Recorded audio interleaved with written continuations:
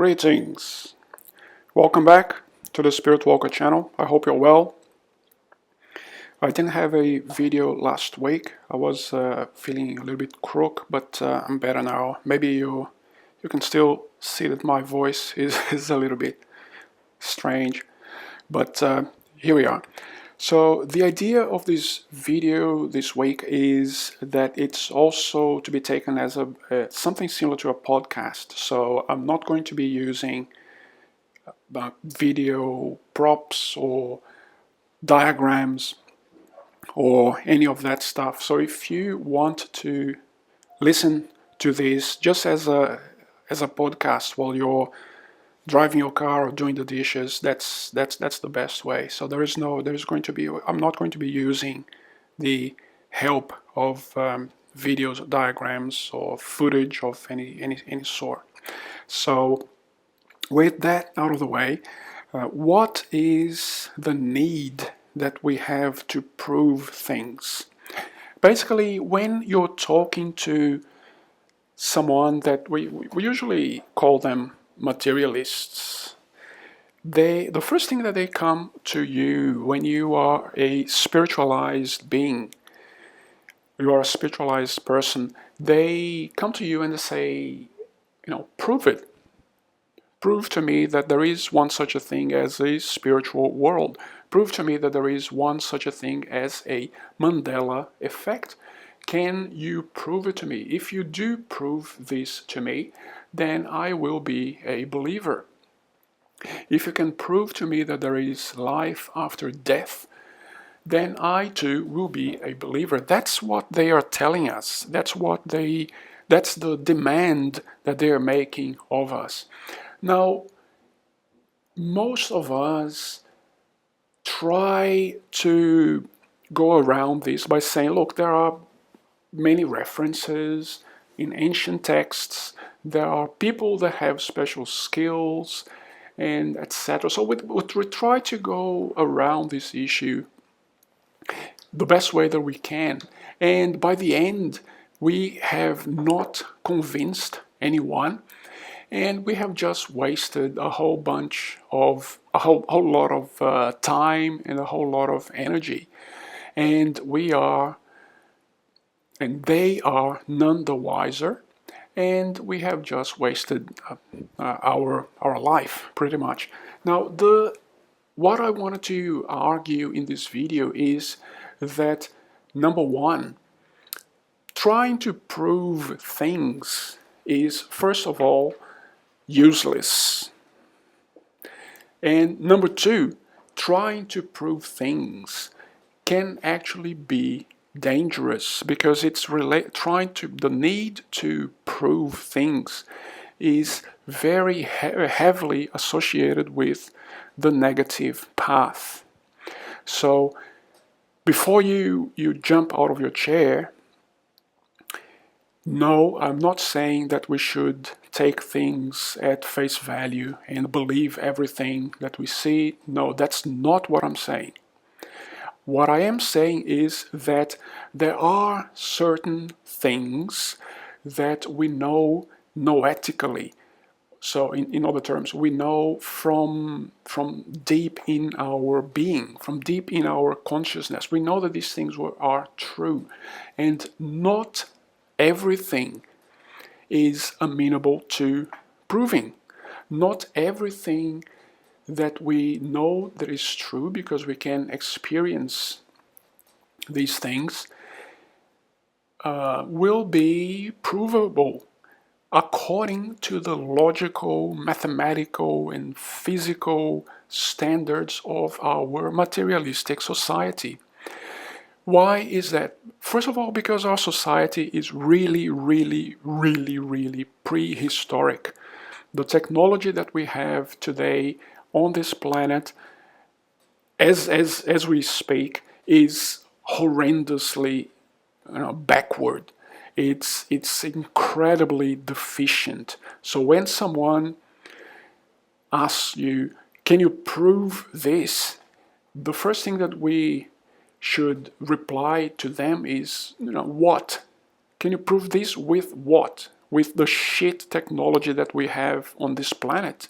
What do you want? What do you, why do you, if you could only understand the technology, the technological devices that are possible and we still don't have access to, you would understand that not everything is provable with the current standards of our mediocre science that we have today. That's the first thing. The second thing is there are some concepts, there are certain things that are absolutely beyond proof. There's things that cannot be discussed, there are things that cannot be mentioned, and philosophers have discussed this quite a lot. Wittgenstein mentioned that there are certain concepts that are beyond proof, and trying to prove them is just a waste of time. And even philosophers back in ancient Greece had also discussed or toyed with this idea that you can't really prove everything that exists. So you can't prove love. What is that? Well, there is absolutely no way to prove it, but everybody feels it. Everybody acts according to something that they call love. So if you can't prove it mathematically, or if you can't prove it with our crap technology that we have on this planet today, then does it mean that it doesn't exist? Of course not. That's a really stupid thing to ask. But anyway, this is what the materialists are going to try to ask you, and they're going to try to spin your head around and make you go into a downward spiral trying to prove things that are unprovable. And this is the negative path. This is what I classify as the it's not really me, but this is what I classify the negative path, and we're going to discuss this excuse me, on this video as well. So the first thing that I wanted to say is that not everything is provable. Not everything is provable. So what do we have? We have, first of all, we can prove things through logical arguments, or we can prove things experimentally. So we can prove things in a laboratory, in using devices, using equipment, using measurement tools. Now, we have already discussed that our the current state of our technology is absolutely prehistoric. We don't have technology to prove certain things. So just by asking someone to prove something experimentally means that you don't understand this higher reality. So not everything can be proven using our technology.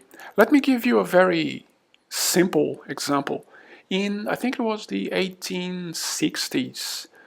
In the 1860s, a scientist called Marconi invented the radio. And with that, we started being able to read and produce radio waves. What are radio waves? Radio waves are just magnetic waves, so they're just photons, going from one place to the next. So it's just distortions in a magnetic field, or waves in a magnetic field. So I have a video on waves and fields that you could go back and look at. It's a video that also talks about coherence and if we can define good and evil in terms of coherence and incoherence. So if you could check this video out, it would be good as well. So In 1860, this guy called Marconi invented the radio. And from that moment on, we started being able to read magnetic waves, measure magnetic waves, measure the magnitude, the frequency, and the phase, and the mode of vibration of magnetic waves. And that happened in 1860. So does that mean, by the stupid logic of the materialists, that means that before Marconi, or before 1860, or the 1860s, magnetic waves didn't exist in the universe? Because before the 1860s, we had no equipment to measure, we had no equipment to prove that magnetic waves existed. Therefore, by the stupid logic of the materialists, magnetic waves did not exist. Now, this, of course, is absurd. There are things that we cannot measure with our technology, and yet these things exist. And this has always been the case in the history of humanity, and this will always be the case in the future as well. So the argument that to prove something you need to track it on a lab is, of course, a nonsensical argument. And when people like Richard Dawkins advocate for the non-existence of things like the spiritual side of the universe, the spiritual side of self, he is implicitly asking that because we cannot measure spirit, because we cannot measure emotions or love or telepathy, therefore these things don't exist. So this is an incredibly disingenuous argument, which is beneath the category of the scientist that he is. So he's just doing himself a massive disfavor, if that word exists, by insisting on such a stupid argument. But anyway, so that's the technology side. Now, there is something, the other argument is that you can prove or disprove things using logic. Well, but that has a problem as well, because logic needs language. And not everything can be expressed in language. So you use language to express concepts. But you can't prove things just by going about analyzing the concepts related to this thing that you're trying to prove. Let me give you an example. If a blind person, someone that was blind from birth, came to you and said, "Look, prove to me that the sea is blue," what are you going to do? You could start by saying, "Look, I don't even know if you have a concept of what blue is. You may have a linguistic or a logical concept of what blue is, but the experience of what blue is something that unfortunately is beyond your senses. You cannot expect to experience blue because this is something that is beyond your senses." I'm sad to say this, but we can discuss blueness, the concept of blueness, until the cows come home.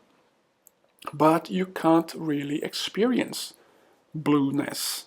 And it's only by experiencing blueness that you understand and you convince yourself that it's a real thing, and it's out there, and you need to experience it.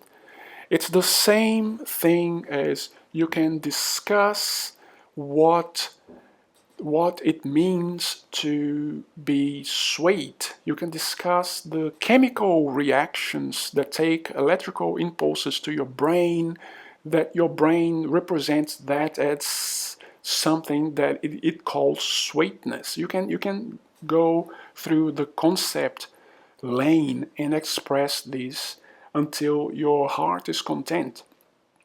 But doing this analytical tour and discussing the concept of sweetness is not the same thing as tasting sugar. It's only when you taste sugar in a fruit or in a sweet or something like this that you understand and you prove to yourself that this thing that we call sweet or sweetness is a real thing, and it now is beyond proof, because you don't need to prove it, you just know it. So that's the first wrench, the first monkey wrench on the argument of the materialists, that you need to prove things. So not everything can be proven, because there are things that are beyond proof. You need to experience them. And there are things, even if you were going to prove certain things using logic or using experimentation, you would reach a dead end. That's the first argument. The second argument is something that I have seen in some spiritist literature, but also very interestingly in the law of one. And that is the case that sometimes when you try to prove something, this is a deliberate effort or a deliberate attempt by the negative forces to take you away from your goal and to take you away from the positive path. This is a little bit complicated. I don't know if I'm going to express it as best as I would like to, because this is something that I know intuitively, but it's when you try to convey this in terms of language and logic, then a whole lot of things get lost in the way. So this is my gripe with language. Language stuffs everything up. If we were all psychic, and we will be one day, you could just convey a concept or convey an idea or a feeling or an emotion or a situation, etc., to the other person instantaneously without need for language. So language is really a bad thing. Language is a crutch that stuffs everything up. But for the time being, it's the only thing that we have. So I'm going to do my best to convey this. But let's start by looking at the hemispheres of the brain. So you have probably been aware that there is a very broad brush division between the left hemisphere of the brain, and the right hemisphere of the brain. This is what I'm going to say here is it's not really 100% accurate, because the division is not rock solid. If you are a left-handed person, for example, the functions of the hemispheres in your brain will be the opposite to a right-handed person. So the divisions are not rock solid, but I'm just going to use the concepts to facilitate things. In general, for a right-handed person, the right side of the brain is the This is the hemisphere that is most commonly associated with the intuition and the subconscious and the superconscious in general. It's not always, but it's in general. And the left side of the brain for a right-handed person is the hemisphere of the brain that is most commonly associated with logic and rational thinking and the conscious mind. Again, not always, but in most cases. So the left side of the brain is the brain that is, or is the hemisphere of the brain that keeps you stuck in the illusion of reality, because it's the side of the brain that is trying to analyze, assess, explain, prove logically everything that it experiences outside. So I'm oversimplifying things, but in general, the left side of the left hemisphere of the brain is keeping you stuck in the simulated reality of Maya, in the simulated fake, phony world physical world that we live. While the right side of the brain is the hemisphere that has access to higher realities, that has access to who you really are. That's the side of the brain that is usually in connection with your higher self, with the part of you that is already operating outside Maya, outside the illusion of Maya. So that's where what Jung used to call the superconscious, that's where this thing that we don't know what it is, the superconscious, would communicate to you using your right side of the brain. Now, for a left-handed person, it will be the other way around. So basically, when you are talking about metaphysics, when you're talking about spirituality, when you're talking about noetic knowledge, you are delving into the right side of the brain, the intuitive brain, the superconscious, the subconscious. And this is the part of the brain that experiences things, that knows things. This is the side of the brain that has intuition and just knows because it just knows. There is no need for proof. It just experiences things.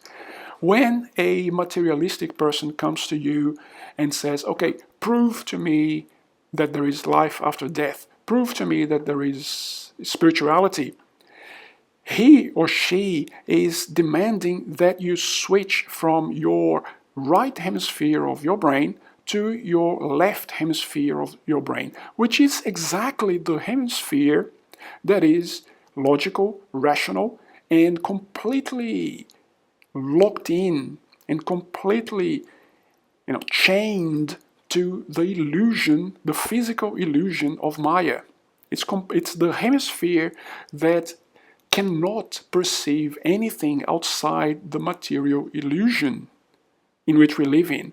So when a materialistic person comes to you and says, prove it, he or she, whether they know it or not, he or she is almost by definition taking you into a state of mind where you no longer can experience higher realities. Therefore, you lose contact with the part of yourself that is trying to get you break out or break free of the illusion of reality. And this is a tool that has been used by the negatives, by the Illuminati and their archontic sodomizers.